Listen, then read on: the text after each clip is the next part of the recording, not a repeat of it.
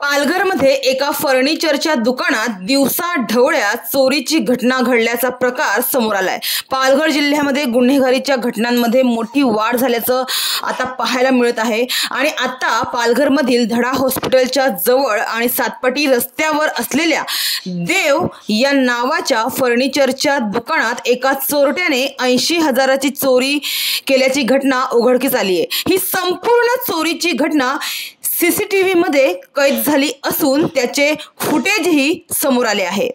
तुम्ही या सीसीटीव्ही फुटेजमध्ये पाहू शकता की एक व्यक्ती कशा पद्धतीनं दुकानात चोरी करत आहे आणि गल्ल्यातून पैशांची चोरी केल्यानंतर कशा प्रकारे तो फरार झालाय।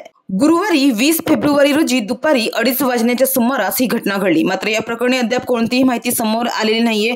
पोलीस ठाण्याबाबत किंवा या चोरी प्रकरणाबाबत अद्याप कोणतीही माहिती हाती लागलेली नाहीये। फक्त या चोरीच्या घटनाचे सीसीटीव्ही फुटेज समोर आले होते, त्यानुसार आम्ही ही बातमी प्रसारित करीत आहोत। मात्र सीसीटीव्ही फुटेजवरून आरोपीचा शोध घेण्यास मदत होणार आहे।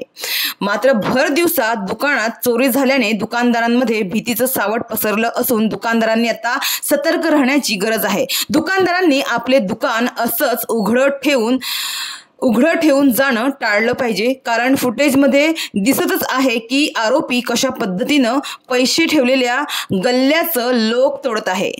तर दिवसा ढवळ्या अशा चोरीच्या घटना घडत असतील तर दुकानदारांनी व नागरिकांनी सुरक्षेबाबत दक्ष राहिले पाहिजे।